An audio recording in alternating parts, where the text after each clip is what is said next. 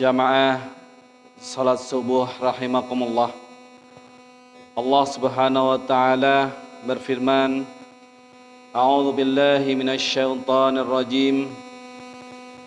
Wa minal laili fatahajjad bihi nafilatan lak asa an yab'atsaka rabbuka maqaman mahmuda. Qala Rasulullah sallallahu alaihi wasallam,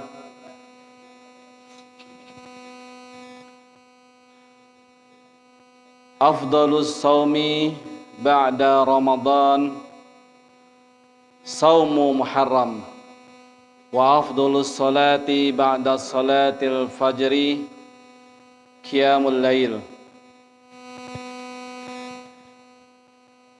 Hadirin wal hadirat yang dimuliakan Allah Subhanahu wa taala, alhamdulillah, dengan izin Allah Subhanahu wa taala yang telah memberikan kesehatan dan juga kesempatan kepada kita semuanya, pada pagi ini kita bersama-sama untuk sholat subuh berjamaah, kemudian kita untuk thalabul ilmi, karena Allah Subhanahu wa taala mencintai orang-orang yang senantiasa untuk meningkatkan keimanan dan meningkatkan pula dalam pemahaman beragama. Yarfa'illahu alladhina amanu minkum walladhina utul ilma darajat. Allah akan mengangkat orang-orang yang beriman dan orang-orang yang diberi ilmu dengan derajat. Salawat dan salam marilah kita sanjungkan kepada Nabi besar Muhammad sallallahu alaihi wasallam sebagai uswah dan suri teladan kita semuanya,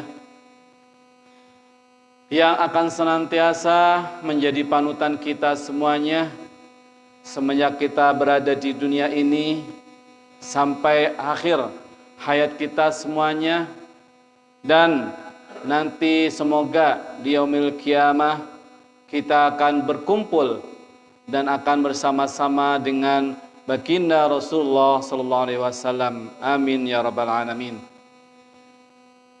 Hadirin wal hadirat rahimakumullah. Ramadan baru saja berjalan 2 hari. Ramadan yang sudah kita nantikan selama kurang lebih 11 bulan. Banyak di antara kita yang sudah menanti bulan Ramadan tapi tidak bertemu dengan Ramadan. Mereka harus pulang dulu. Mereka harus kembali kepada Allah Subhanahu wa taala. Semoga Allah mengampuni mereka semuanya, saudara-saudara kita, teman-teman kita yang sudah Allah panggil dan tidak bertemu kembali dengan Ramadan tahun ini. Dan kita yang pada hari ini Allah berikan kesempatan, Allah pertemukan dengan Ramadan, maka jangan sia-siakan Ramadan ini hanya berlalu begitu saja. Belum tentu tahun depan Ramadan akan bersama kita, atau kita akan bertemu dengan Ramadan. Namun Ramadan yang sedang kita hadapi ini, marilah kita jadikan benar-benar sebagai syahru hasadiz zar'i, bulan untuk memanen tanaman yang setelah kita tanam di bulan Rajab dan kita sirami di bulan Sya'ban. Di bulan Ramadan, karena banyak sekali hasil panen yang harus kita tangkap, yang harus kita petik, maka kita harus mempersiapkan, kita harus memaksimalkan bulan Ramadan ini, sehingga nanti setelah Ramadan selesai, kita benar-benar mendapatkan hasil yang maksimal, mendapatkan hasil yang banyak, yang akan menjadi bekal kita nanti di yaumil qiyamah insyaallah. Maka dari itu hadirin wal hadirat rahimakumullah, pada kesempatan kali ini kami akan sedikit mengupas beberapa hal yang harus kita maksimalkan, yang harus kita lengkapi amalan-amalan ataupun beberapa hal yang harus kita lakukan di bulan Ramadan ini, sehingga nanti bulan Ramadan tahun ini akan sangat berarti bagi kita semuanya. Yang pertama yang harus kita maksimalkan di bulan Ramadan adalah kita harus memperbanyak membaca Al-Quran dan menghatamkannya.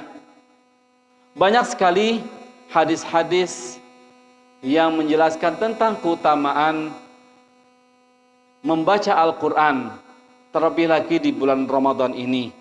Namun ada satu hadis qudsi yang disampaikan oleh Rasulullah SAW. Yaqulullahu ta'ala, Allah berfirman, man syaghalahu qiraatul Qur'an an zikri wa mas'alati a'taituhu afdala sawabis sa'ilina wa fadlul Qur'ani ala sairil kalami ka fadlillahi ala khalqihi. Allah berfirman dalam hadis qudsinya, siapa saja yang disibukkan dengan membaca Al-Quran, jadi hari-harinya itu disibukkan, baik dari mulai bangun tidur, kemudian sampai sholat duha, sampai zuhur, asar, sampai nanti sebelum tidur kembali, orang-orang yang disibukkan dengan membaca Al-Quran untuk mengingat Allah dan semata-mata minta kepada Allah Subhanahu wa taala, maka Allah janjikan akan memberikan kepada orang tersebut pahala yang lebih utama atau pahala yang paling utama bagi orang-orang yang memintanya.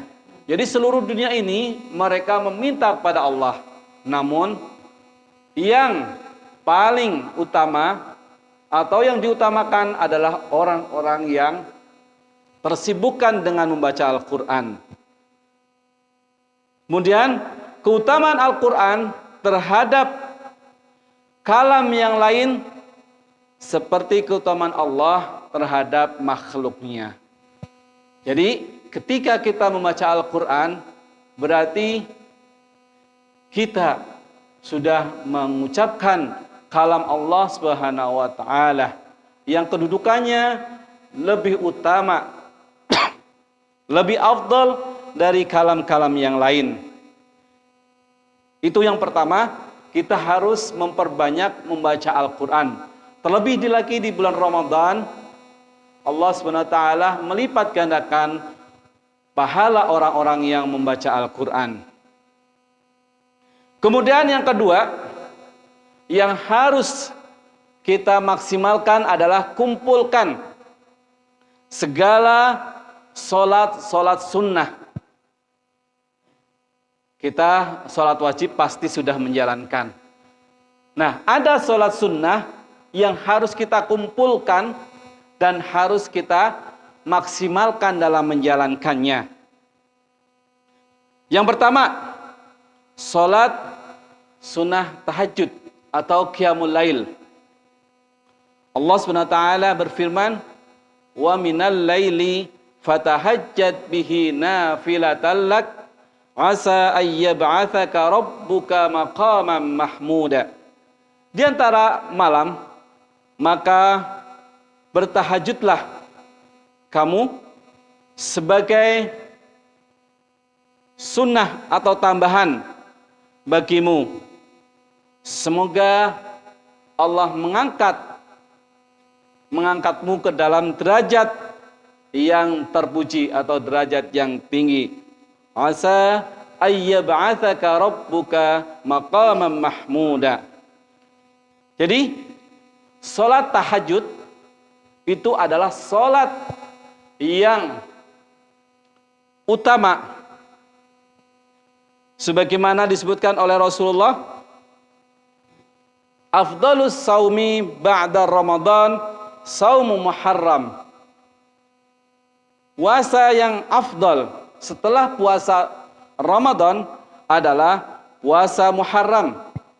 Dan afdalul salati ba'da salatil fardi qiyamul lail.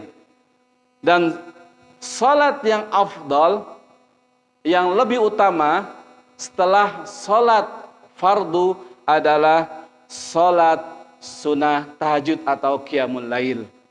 Jadi kedudukan salat tahajud itu dekat sekali dengan salat fardu. Sehingga kalau bisa dijadikan salat tahajud sebagai salat fardu, maka salat sepertiga malam inilah yang kedudukannya salat sunnah hampir atau sebanding dengan salat fardu. Sehingga Rasulullah SAW menekankan sekali untuk mengusahakan salat tahajud ini. Dalam hadis yang lain, Rasulullah SAW menegaskan tentang keutamaan salat tahajud. Dalam hadisnya, ma min abdin muslimin yusalli lillahi kulla yaumin sintai asyarata rak'atan tatawu'an ghaira faridatin illa banallahu lahu baitan fil jannah au illa bunya lahu baitan fil jannah. Tidak ada seorang hamba yang muslim yang salat karena Allah setiap malam atau setiap hari 12 rakaat sebagai salat sunnah yang bukan fardu, kecuali Allah SWT membangun baginya rumah di surga. Jadi subhanallah, siapa yang bisa sholat 12 rakaat, maka di sini Allah SWT bangun nanti di yaumil qiyamah sebuah rumah untuk orang-orang yang bisa menjalankan sholat. Kemudian yang kedua adalah sholat rawatib.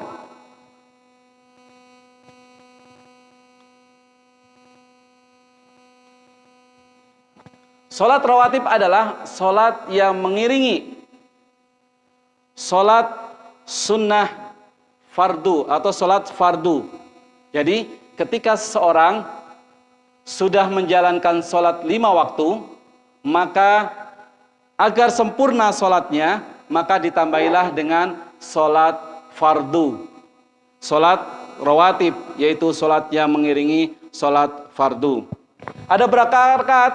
Yaitu ada 12 rakaat. 4 rakaat sebelum zuhur, 2 rakaat sudah zuhur, 2 rakaat sebelum subuh, 2 rakaat sesudah maghrib, dan 2 rakaat sesudah isya. Nah, inilah adalah sholat sunnah rawatib. Sampai ketika Rasulullah SAW menyampaikan begitu pahalanya sholat sunnah rawatib, maka para sahabat langsung menjalankan dan berusaha untuk tidak meninggalkan sholat sunnah rawatib. Kemudian yang berikutnya adalah sholat duha. Sholat duha, banyak orang mengatakan bahwa sholat duha adalah untuk meningkatkan atau untuk mendatangkan rizki. Namun Rasulullah SAW bersabda tentang sholat duha. Man shalla duha sintai asyrata raq'atan banallahu lahu qasran min dhahabin fil jannah. Siapa saja yang sholat duha 12 rakaat, maka Allah akan membangunnya sebuah istana dari emas di surga. Subhanallah. Jadi sholat duha kita usahakan dimaksimalkan, yaitu 12 rakaat. Walaupun minimal 2 rakaat bisa, tapi di bulan Ramadan ini kita maksimalkan sholat duha 12 rakaat. Yang Allah janjikan, siapa yang bisa sholat duha 12 rakaat, maka Allah akan bangun untuknya sebuah istana yang terbuat dari emas di surga insyaallah. Kemudian yang berikutnya adalah sholat sunnah mutlak. Sholat sunnah mutlak itu adalah sholat sunnah yang kapan saja bisa dilakukan.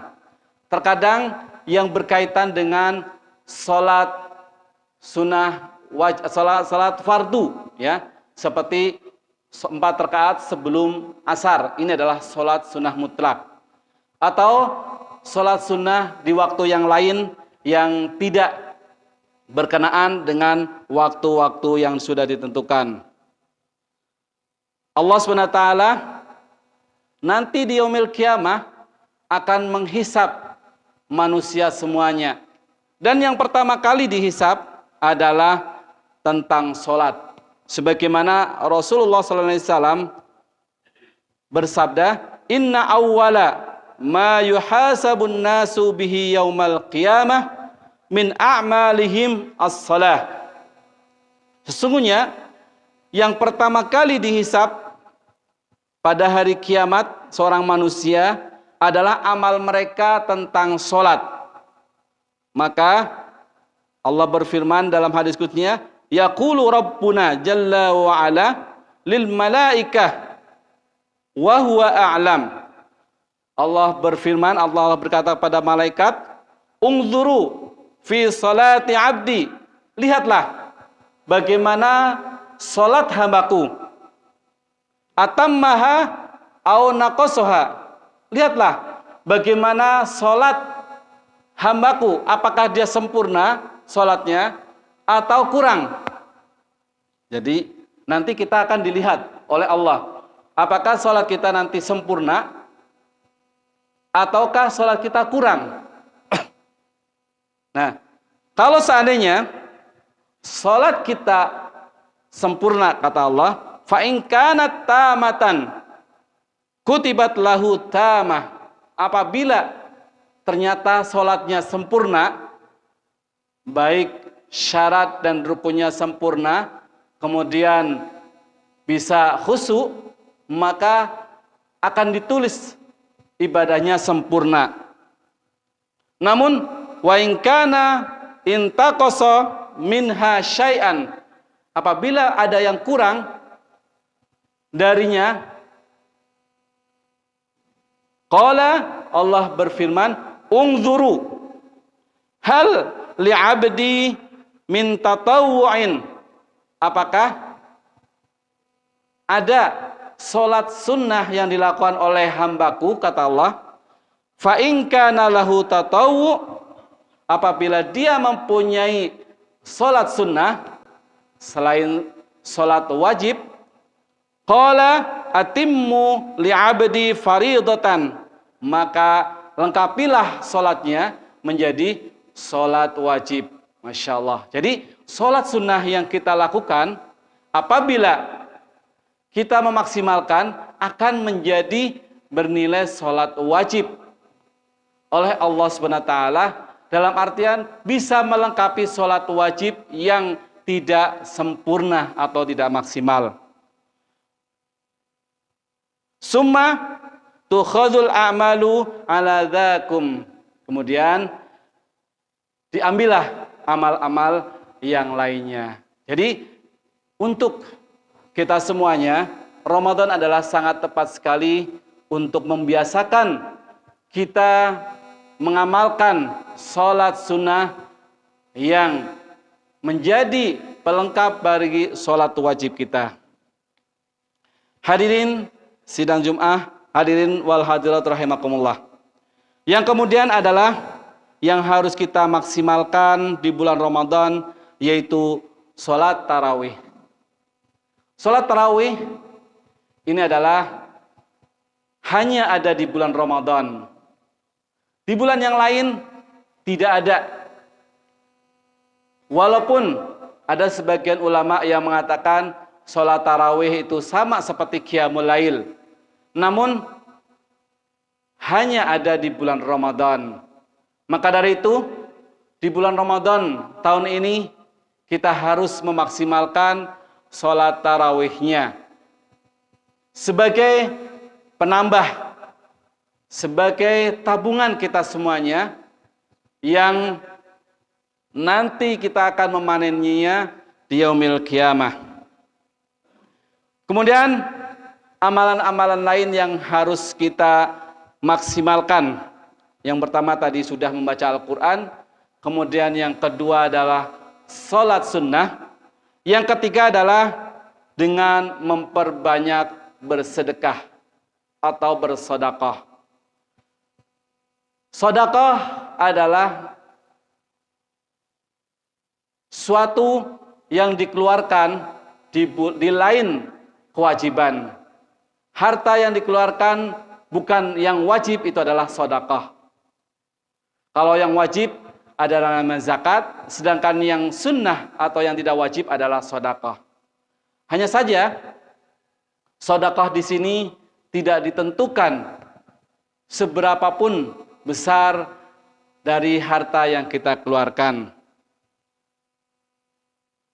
Dalam kalimat yang lain, as-sadaqatu lidaf'il bala. Sedekah akan bisa menolak musibah. Kenapa? Karena ternyata ketika seseorang sudah membiasakan untuk bersedekah, maka yang tadinya musibah Allah datangkan akan ditarik kembali oleh Allah Subhanahu wa taala karena dia sudah bersedekah. Allah Subhanahu wa taala berfirman, a'udzubillahi minasyaitonirrajim, innal musaddiqina wal musaddiqat wa aqradullaha qardan hasana yudha'afu lahum wa lahum ajrun karim. Sungguhnya orang-orang yang bersedekah, baik laki-laki dan perempuan, serta mereka meminjamkan kepada Allah dengan pinjaman yang baik, maka Allah akan lipatkan kepada mereka dan bagi mereka pahala yang mulia. Jadi sedekah ini nilainya tinggi di hadapan Allah Subhanahu wa taala. Sedekah apakah yang harus kita maksimalkan di bulan Ramadan? Ada sedekah maliyah, sedekah yang berupa uang. Ketika kita ke masjid, kita maksimalkan ada uang yang kita sedekahkan. Ketika ada orang yang meminta-minta, maka kita keluarkan sedekahnya. Ketika ada yayasan atau mungkin panti asuhan yang membutuhkan, maka kita keluarkan sedekahnya. Itu adalah sedekah harta, sedekah uang yang nanti bisa digunakan oleh orang-orang yang menerimanya.